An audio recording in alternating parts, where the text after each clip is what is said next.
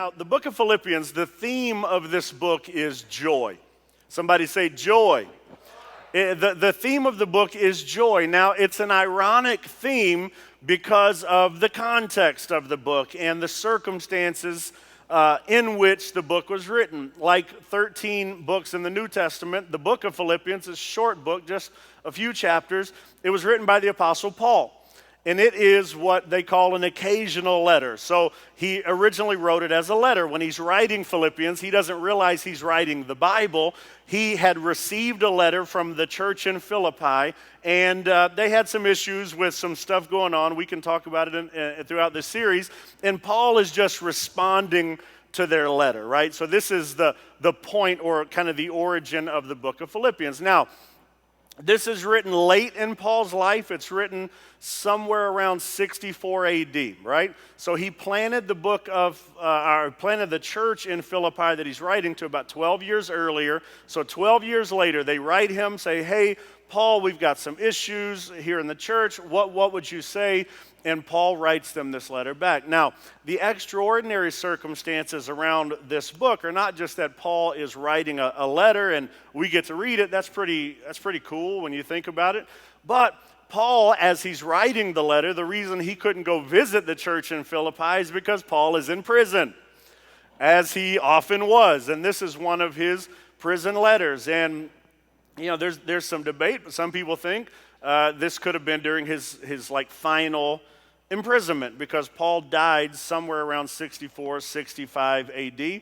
He was beheaded outside of Rome, and this would have been written around the same time. There's some people that think he got out for a little while and then was re-imprisoned. Some people think this was his final imprisonment. We don't know, but nevertheless, Paul is writing a book about joy in prison.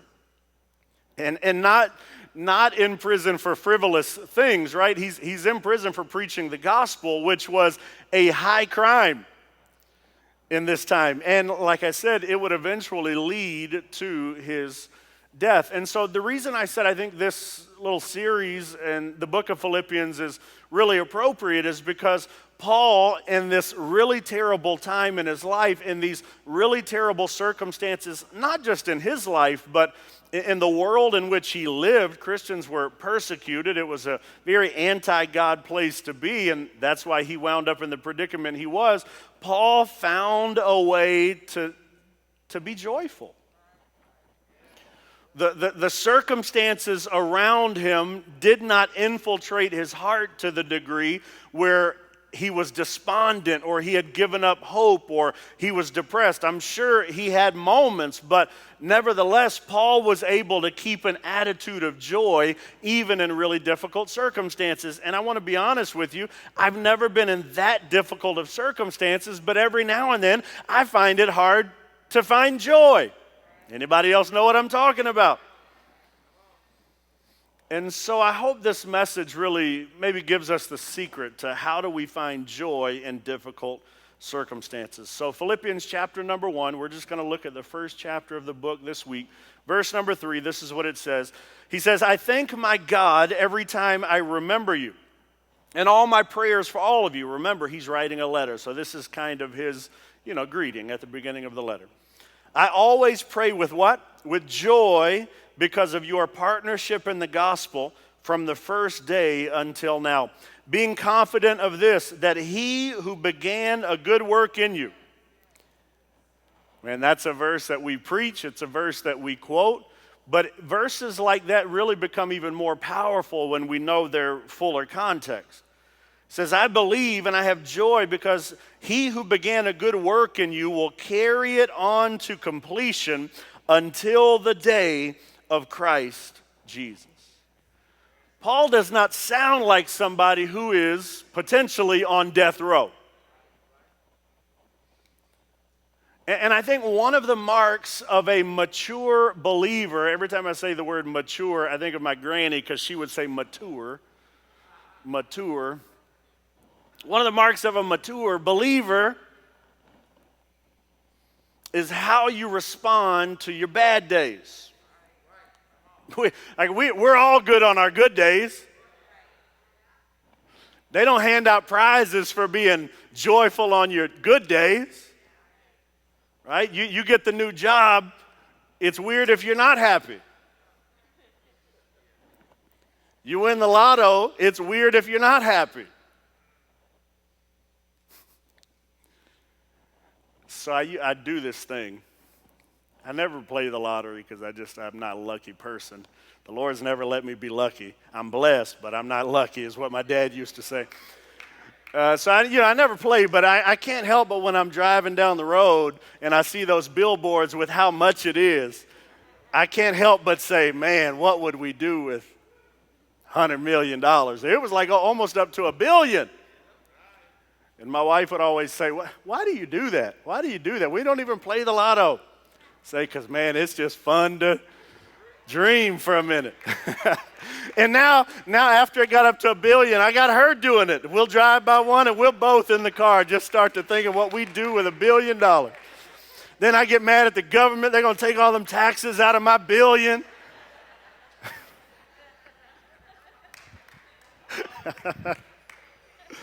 But it'd be weird if you won $1 billion and you weren't joyful. Nobody gets a prize for being happy on your good days, right? The good day is the prize, and that just makes sense. But mature believers, people who've been walking with Christ long enough, need to figure out a way, even on their bad days, to find and live in joy.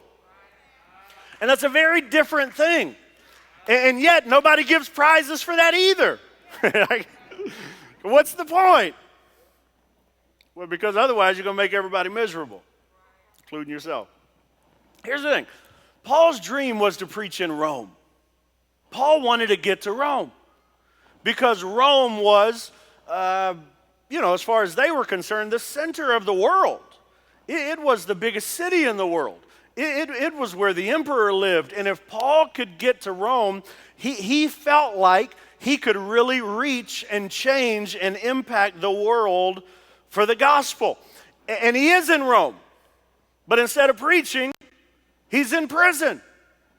Man, what a turn of circumstances. I want to preach in Rome. Okay, Paul, I'll help you get to Rome, but you're not going to be on a stage preaching. You're going to be in a prison writing.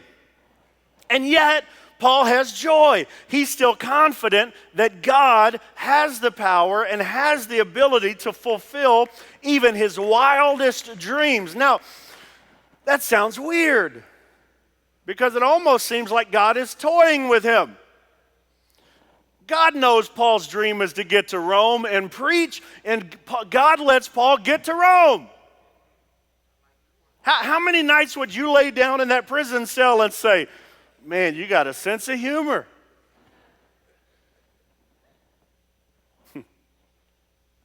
Here's the thing, right? The founding fathers of America wrote about the pursuit of happiness. And I'm afraid that they and too many of us are concerned and consumed with pursuing happiness.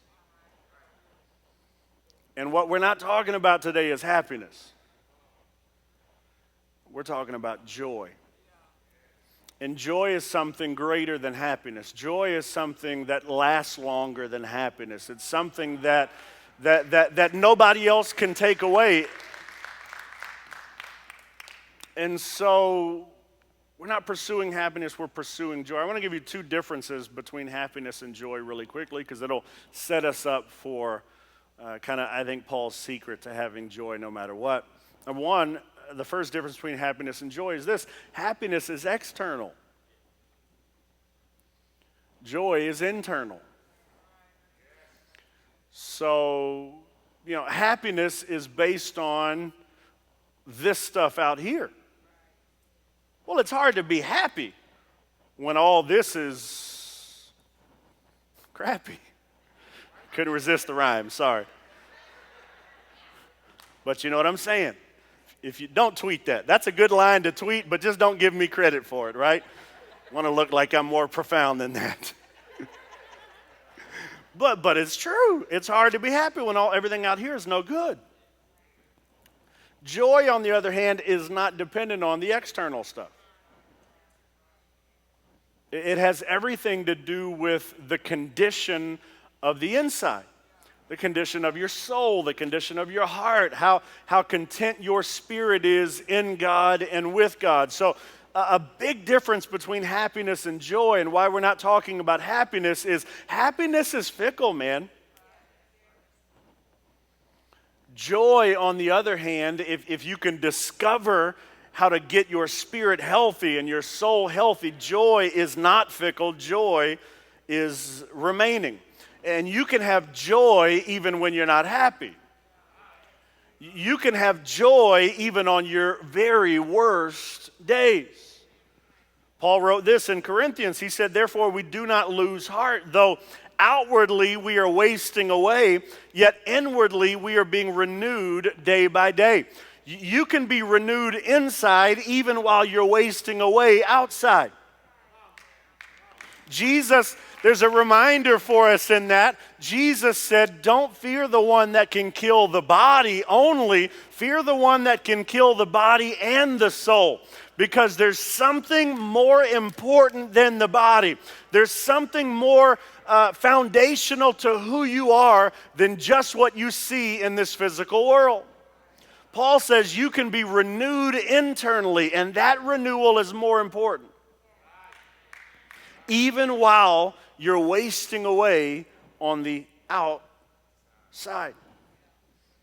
You can have an inward dynamic that is not controlled by your circumstances. And that's what maturity looks like. That no matter what my circumstances are, no matter how horrific they may be, it is not affecting me in here. Right? Philippians 4:11, Paul said this, and we'll get to this in a few weeks, but we'll jump there now. He says, "I've learned to be content, whatever the circumstances." I've learned, like, whatever comes my way, I've learned how to just accept it and be content right there in those circumstances. So the first difference between happiness and joy is happiness is external, joy is internal. The second difference is this: happiness happens by chance. Joy happens by choice. So if things happen to go well for you, you can be happy. But you choose joy. It's not just something that happens. It's not circumstantial. It is something that you get up in the morning, or you get up in the face of circumstances, or you get up in the face of a person, and you just choose that I'm not going to allow you or this or that to determine the condition of my heart, to determine the condition of my soul. I'm going to choose joy. I've heard it said this way: don't let the things you can't control you. If you can't control it, that's where we get frustrated, right? That's where we get stressed. That's where we lose joy, is trying to control things we can't control. I do a good enough job managing the stuff that I can. And we all try. But as soon as I get outside of the realm of what I'm really able to do, that's where, man, I can get despondent. I can get frustrated. Paul said, I've learned a secret. I've learned how to be content, no matter the circumstances. And you may be able to go back throughout your life and recall different circumstances and situations where what I'm saying you found to be true. Where in the face of something really difficult, you just made a decision that I'm not going to go down that path. I'm not going to allow this to wreck me or wreck my family. So you know what I'm saying is true, that you can, with God's help, summon the strength inside of you to stand up and choose a path that is not determined by your circumstances. I've told this story before. It remains inspirational for me, so I'll tell it again. But there was a man who lived in the 1800s. His name was Horatio Gates Spafford. Horatio Gates Spafford. He was a successful businessman and attorney, owned many properties in Chicago. He was doing really well in the 1800s, had 5 children, young children, beautiful family, beautiful wife. And one of his children, his son, died from a pandemic, scarlet fever. Just like a young boy died, and obviously that's horrific. And a few years later, after the son died, they're getting on with their life. They're trying to get over that grieving. And the Great Chicago Fire, if you know anything about that, right, burned down most of his investments in Chicago. Horatio has lost a lot of money. He's lost a child. He's not going well for him. Well, in the wake of all of this, trying to recover his life, he sent his family to Europe to try to get some rest and just, get over all the stuff, get a change of scenery. But on the way, his wife and his children, he stayed in Chicago to take care of business. Their boat struck another boat, or another boat struck their boat. The boat sank. His remaining 4 children died in the water. And his wife somehow managed to cling to, like Rose in Titanic, cling to a board and was found unconscious later. And when she got to Europe, she just telegrammed back to Horatio, saved alone. Saved alone. So the man's lost all 5 of his children. He's lost tons of money, millions if you equated it to our, money today. And now he's got to take the voyage, the same voyage that just killed his 4 children, to go pick his wife up in Europe where she's alone and grieving her children. And on the way on the boat, the captain called to Horatio at around the same spot where the other boat sank, just to inform him this was about the spot, if he wanted to, pay respects to his children who went down. And so he did, and looked out over the bridge at the water, and I cannot imagine what he must have felt. It's weird, since Ellis, now he's 14 months, but I can't hear anything in the news or anything about something bad that happens to a kid. I can't do it anymore because I think about my kid, and so I can't imagine what he must have felt or thought or throwing himself in the water. God.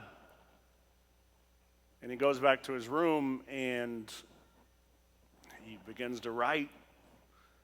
And he writes what would become a song, a really popular song, a hymn now, "It Is Well With My Soul." Right, his inspiration, after seeing the spot where he lost his remaining 4 children, his response is, it's all right.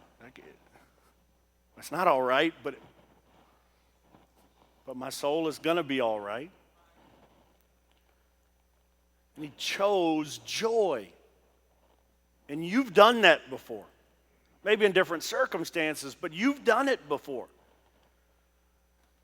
And it's the mark of a mature believer, not that we've done it before, but that we can consistently, in the face of difficulty, make a decision that everything may not be all right, but it is well with my soul. My soul is going to be at peace no matter how horrific my circumstances. Hey, God said it this way to the children of Israel in Deuteronomy. He said, "This day I call the heavens and earth as witnesses against you that I have set before you life and death, blessings and cursings. Choose what? Life." See, you're making a decision every day that you live. Every day that you live, you're making a decision, life or death, blessings or cursings. What am I going to focus on? Every day. What am I going to focus on this day? God says, "This day I set before you life and death." What are you choosing today? What will you choose tomorrow? What will you choose on your worst day? Say, Chase, you're making it sound easy. It's not easy. That's why we're talking about it. That's why we're talking about Paul, because this is an anomaly. This is not normal. This is God-inspired, and it takes the maturity of a believer to say, I'm going to lean on the strength of God even when I am weak.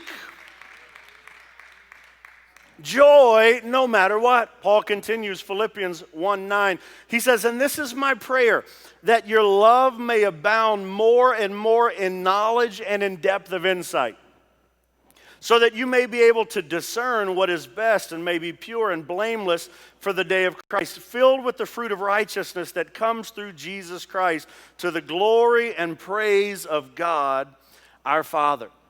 And then Paul gets into a secret. Here's Paul's secret, I think, to having joy no matter what. Number one, you got to stop asking why. You will die in your why.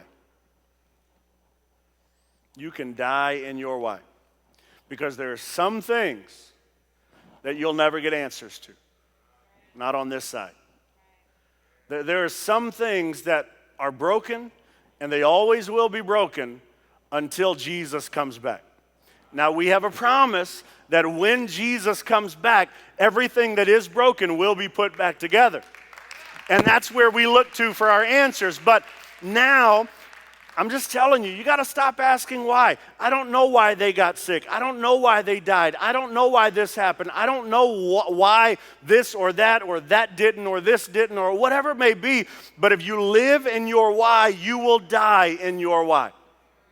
You will never be able to choose joy no matter what if you're living with the why question. And the truth is, and honestly, this has to be good enough for you, and that's why I say it takes a mature believer, right? It has to be good enough for you just to know that Scripture tells us the world is fallen. The world is broken. That's why that story about Adam and Eve is in there, to let us know why everything is jacked up. Everything's broken. And nothing here is going to ultimately make sense because the world is broken. And that has to be good enough. Why did they get sick? Because the world is broken. There's disease in the world. Why did they hurt me? Because the world is broken and there is evil in the hearts of men and women. Yours too. Why did they die? Because the world is broken, and Scripture says death is the last enemy to be defeated. But Jesus healed all these people in the Bible. Why didn't he heal this one? They all died again. Death is coming for everybody because the world is broken. And that has to be good enough. When I go down my whys, and I do it too, ultimately, that answer has to be sufficient for me if I trust God. I believe we live in a broken world. If you don't believe that, watch the news. Or just look into your own heart. And there are things you think that you would never say. Am I a bad person? No, you're a fallen person. It's a broken world. But one day, everything that's broken will be put back together. As a matter of fact, Jesus did not tell us that we wouldn't have trouble. In fact, he promised us that we would. Like, folks who believe Christianity is a get-out-of-trouble-free card have the wrong idea. You are guaranteed struggle. You are guaranteed difficulty. You are guaranteed death. Jesus said it this way: I've told you these things so that in me you may have peace. In me. Not in circumstances, not in anybody else. In me you may have peace. In this world you're going to have trouble. So you got to find your peace in Jesus. But take heart, because I have overcome the world. See, there's our hope. Say, Chase, that sounds hopeless. No. There's our hope, but our hope isn't coming from here. Our hope, it didn't come from an election. It won't come from the next one. It's not coming from a politician. That's why I'm not breaking relationships with none of y'all because of who you voted for, because my hope isn't based on any of that. It is not the most important thing in my world. None of those people can fix the world. None of them. Their best laid plans fail miserably. Only Jesus can. Because he's the only one that can fix the real problem, and the problem is sin. It's brokenness. It's evil that is rampant in the world. But he says, I've overcome and I will overcome. And in me you will overcome. Here's what you got to keep in mind. In all of the struggles of life, the second death is worse than the first death. So choose life. Choose life. Don't be afraid of one that can kill the body. Be afraid of the one that can kill the soul. And I'm just telling you, as believers, we have to believe that the second death is worse than the first. So let's choose life. Because when you choose life for eternity, you also choose peace and joy here. Because you know this is not all there is. There's more to this life than this life. So I don't mean to be too heavy, but Lord, that's been on my heart. All right, so we can't live and die in our why. So stop asking why. And number two, start asking what. What? And this is what Paul did. This is Paul's secret. He began to ask what. This is what he said in Philippians 1. Verse number 12, he says, now I want you to know, brothers and sisters, that what has happened to me has actually served to advance the gospel. See, Paul in prison didn't ask, why am I in prison? He asked, what good can come out of this? What is the positive in this terrible situation? Because there's always a positive even in your terrible situations. Lord, what is your purpose in all of this? Lord, what do you want me to learn? Because I'm telling you, God is allowing it in your world to grow you and to produce something in you. There is someone he wants you to become, and he's using trouble to do it. See, we want to become like champions. We want to become overcomers, but you become a champion by winning some victories. You become an overcomer by overcoming. We want to just become one. But you got to fight the fights.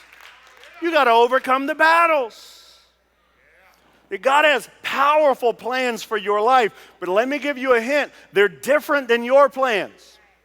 And a lot of times what trouble does is gets us to stop thinking about our plans and start thinking about God's plans. Paul's plan, again, was preach in Rome. Get in front of the emperor and preach the gospel. See him bow his knee to Jesus and set the Roman Empire free. That's Paul's dream. It never happened. But here Paul is in Rome in prison, and he's beginning to think maybe there's a bigger plan here. God, what is your purpose in all of this? And he says it's advancing the gospel. Verse number 13, as a result, it's become clear throughout the whole palace guard and to everyone else around here that I am in chains for Christ. And because of my chains, most of the brothers and sisters have become confident in the Lord and dare all the more to proclaim the gospel without fear. I want you to see, Paul begins to see my bad circumstance is actually spreading the gospel in this prison. And not just spreading the gospel in this prison, but everybody that I'm connected to out here, the Timothys and the Lukes and all of these other believers, they're becoming confident because they see my confidence in the middle of this prison. And so I couldn't go to all the places they're going and preach to the people they're preaching to, but because I'm enduring this difficulty with joy, it's inspiring them to do what I can't do. So Paul says, man, what great benefit to my trouble. No, it's not my dream, but it's serving to advance the gospel. But watch this. That's what Paul saw. I can't think of the word. What was it that Paul couldn't see? Well, he couldn't see what we see now. You look back, Paul wanted to preach. Well, he could have, maybe preached to a few hundred, a few thousand people in Rome. But he never got his chance. So instead, he's in prison, chained to a Roman guard, preaching to the Roman guard, and writing letters. Correspondence. I mean, he's just writing letters. And yet those letters have been read by billions. See, Paul was thinking hundreds, maybe thousands. If I can his dream, get to Rome and preach so that maybe hundreds and thousands can hear the gospel. And God shut his dream down because God wasn't thinking hundreds or thousands or tens of thousands or hundreds of thousands or millions or tens of millions or hundreds of millions. God was thinking about the billions of people who would read those prison letters for the next 2,000 plus years. Paul couldn't see it. Paul was just excited that a few prison guards were getting saved and some brothers were preaching. But what Paul didn't know was billions of people would be saved. Can you imagine Paul's shock when he got to heaven and figured out the plan? Billions? They didn't have that many people on the earth back then. That's insane. See, God's plan was better. The impact of God's plan was, astronomically better, infinitely better. But in a dark, cold prison cell, it felt like the death of a dream. Until Paul began to ask the right question. What is your purpose in all of this? And you know what? You may not see the big picture even when you start asking your what. Paul didn't. But you'll begin to see something. You'll begin to see signs of it. There's always good even in our bad. This is why Paul wrote to the Roman church, we know that in all things.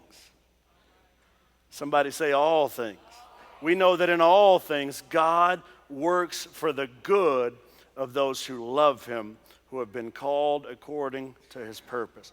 I want you to know that what you're going through right now, God can use it for good. If you start asking the right question. Stop asking the why question, start asking the what question. And then number 3, refocus on what really matters. See, there are only a few things that matter, for real. We give focus to all kinds of things. I'm that kind of person. Like I got too many irons in the fire all the time. But when it comes right down to it, there's only a few things that really matter. That's why Paul wrote, remember, he's responding to some complaints they had in Philippi. And Paul doesn't actually address those complaints. He addresses their approach to those complaints. He says, it's true that some preach Christ out of envy and rivalry, but others do it out of goodwill. The latter do so out of love, knowing that I'm put here for the defense of the gospel. The former preach Christ out of selfish ambition. They're not sincere, supposing that they can stir up trouble for me while I'm in chains. So Paul's in prison. These preachers have come into the church in Philippi. They're stirring up trouble for Paul. They're preaching for selfish reasons. And the leaders of that church wrote Paul, this is what's going on. What do we do? So Paul says, it's true. I know all this is going on, but what does it matter? What does it matter? Okay, they're talking about me. What does it matter? Okay, they're selfish. What does it matter? The important thing is that in every way, whether from false motives or true, Christ is preached. And because of this, I rejoice, and I will continue to rejoice. If you give attention to everything that asks for it, you will never have joy. But if you can refocus on the things that really matter, okay, what are the 5 things in my life that really matter? What are the 5 or 6 things that I really need to give attention to? If you can lock in on that, then when little stuff pops up, you can just say, what does it matter? Okay, they don't like me. What does it matter? Okay, they're talking about me. Get in line. What does it matter? Take a number, right? What does it matter? The people who matter are in my world. I'm worried about them. And those who are outside, God bless them, whatever. What does it matter to me? We got to refocus on the things that really matter. And this is what Paul said, and this is where his confidence came from. He said, for me, to live is Christ, and to die is gain. Okay, again, he's focused on life after this life. Somebody's talking about me. Look, y'all, I got bigger things in mind. I'm thinking on another plane.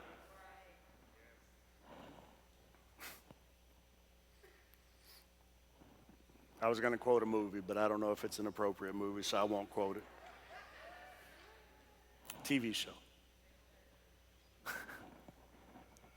Okay, I will. 2 guys get into an elevator. My wife always tells me, if you catch yourself, just don't say it. But I'm going to say it anyhow. It's not even that bad. I just am not sure.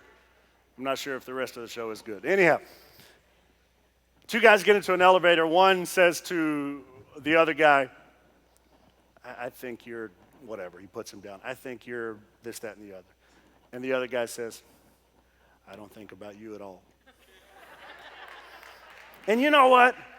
When trouble comes, tells us what it thinks about us, tells us who we should be or what we ought to be or what we're not doing or how we failed. When the devil pops up, when circumstances pop up and begin to scream in our ear, we need to say, you know what, I'm not thinking about you. I'm not giving energy to you. I'm not wasting a Facebook post on you. I'm not subtweeting about you. I'm not doing any of that because I'm thinking about bigger things. I'm thinking about God's plan for my life. I'm thinking about God's plan for my family, God's plan for his kingdom. I'm thinking about heaven. I'm thinking about spending eternity with God. What are they going to do to me? Paul said to live is Christ and to die is gain. What can you do to a person like that? Paul's like, whatever happens, it's all right because at the end of this life, I'm going to be with Jesus. And when we get an eternal perspective, then pandemic comes and I've still got joy. I'm boiling water, but I've still got joy. I'm burying loved ones, but I've still got joy. I've got sickness in my body, but I've still got joy. Not because I'm happy all the time, but because I know that God is with me. God is for me. And on the other side of this life, I'll be with him forever. Paul said to live is Christ and to die is gain. There's more for me on the other side of the grave. There's more for me on the other side of death. I don't leave it all when I leave here, but I find it all when I leave here. So I'm not going to depend on this place for my joy because it's all temporary. It's all fleeting. It's all going away. It may be horrific today, but it's going away. And something new will come. You can remain standing if you're standing. Even if you're standing at home, glory to God. Here's what Paul knows. The Lord will rescue me. The Lord will rescue, maybe in this life or when I die and go to heaven, but the Lord will rescue me from every evil attack. And he will bring me safely into his heavenly kingdom. To him be the glory forever and ever. Amen. Jesus is the only way you make it from this life to the next. He is the foundation of joy. And in him we find peace, joy, and everything we need.